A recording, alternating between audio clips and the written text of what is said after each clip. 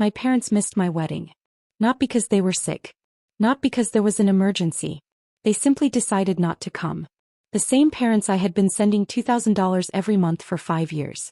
The same parents who promised they would always support me. I stood in my wedding dress staring at 2 empty seats while hundreds of guests watched. Then I called my mother. What she said on that phone call broke my heart and opened my eyes at the same time. By the time she hung up, I wasn't thinking about the wedding anymore. I was thinking about every sacrifice I had made for people who clearly didn't value me. 30 minutes later, I ended every financial arrangement connected to them. And suddenly my phone wouldn't stop ringing. And before we continue, if you're enjoying the story, please take a moment to subscribe to the channel. It really helps us bring you more powerful stories like this. And I'm always curious, where are you watching from?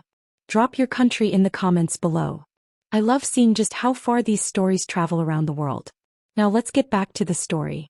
For 5 years, the first thing I did after every paycheck was send my parents $2,000. Every month. Without fail.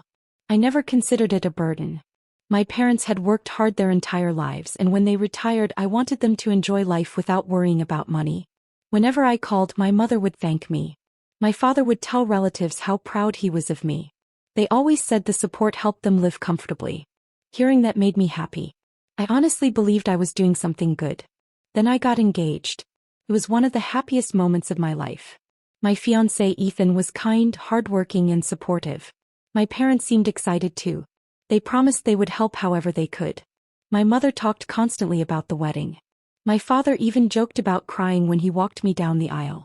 For months, everything felt perfect. As the wedding date got closer, they repeatedly assured me they wouldn't miss it for anything. I believed them. Why wouldn't I? They were my parents.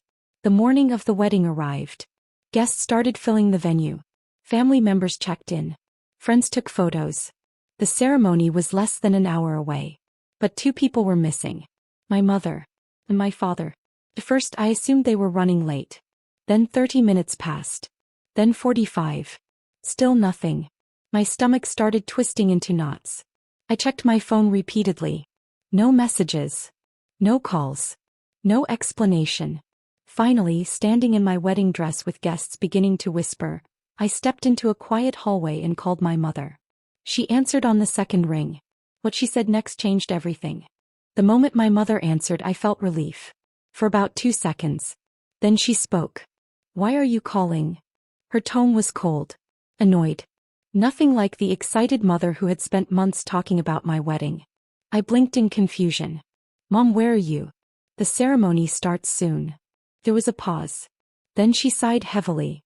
The kind of sigh people make when they're tired of being bothered. "We're not coming."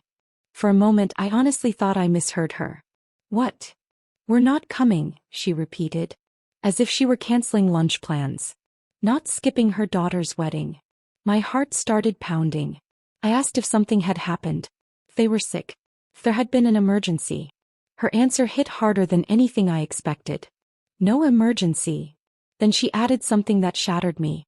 "We just don't support this marriage." I stood frozen. My wedding dress suddenly felt heavier. The hallway seemed smaller. Everything around me became blurry. I reminded her that she and Dad had supported us for months.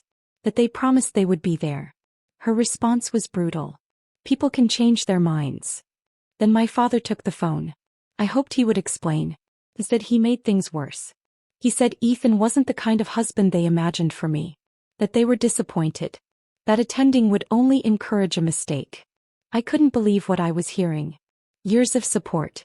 Years of love. Years of sacrifice. And this was the day they chose to make their stand. Then my mother delivered the final blow. "Don't bother us again today." And she hung up.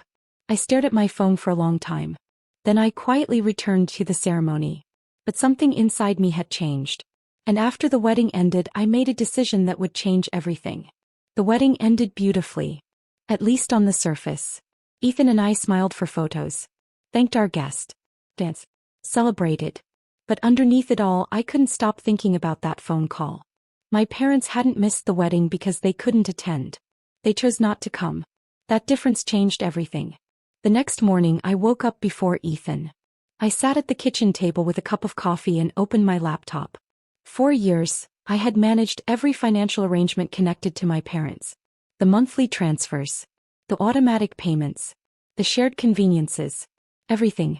At first, setting it up had felt like helping. Over time it simply became routine. My parents never had to ask. The money appeared every month like clockwork. And I never questioned it. Till now. I stared at the screen for several minutes. Part of me felt guilty. Part of me felt angry. Mostly I felt tired. Tired of giving without appreciation.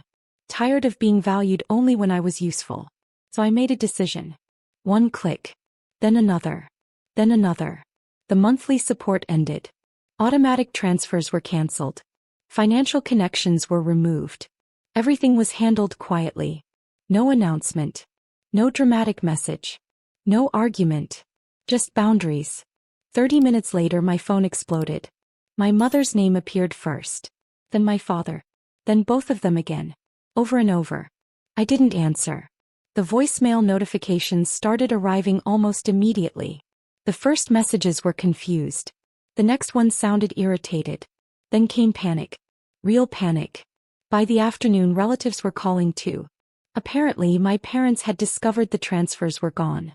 And for the first time in years, they were facing a problem they couldn't solve by simply expecting me to handle it.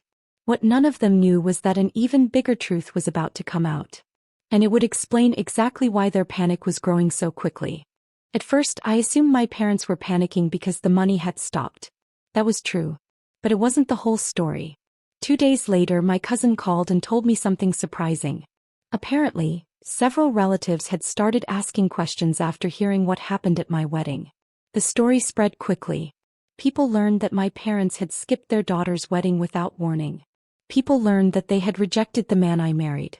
And people learned that they had been receiving $2,000 every month from the daughter they chose to hurt.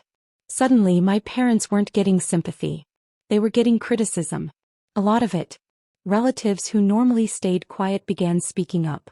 Some couldn't understand why my parents had treated me that way.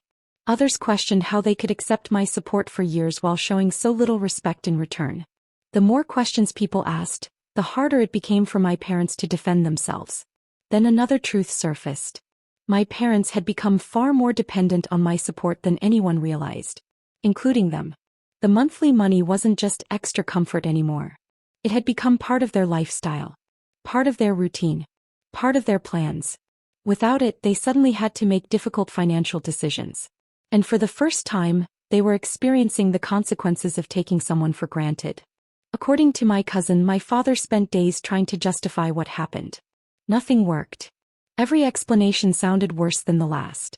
Eventually, even he stopped defending the decision. Then came the message I never expected. My mother texted me late one evening. Only one sentence. We need to talk. No excuses. No demands. No guilt. Just 5 simple words.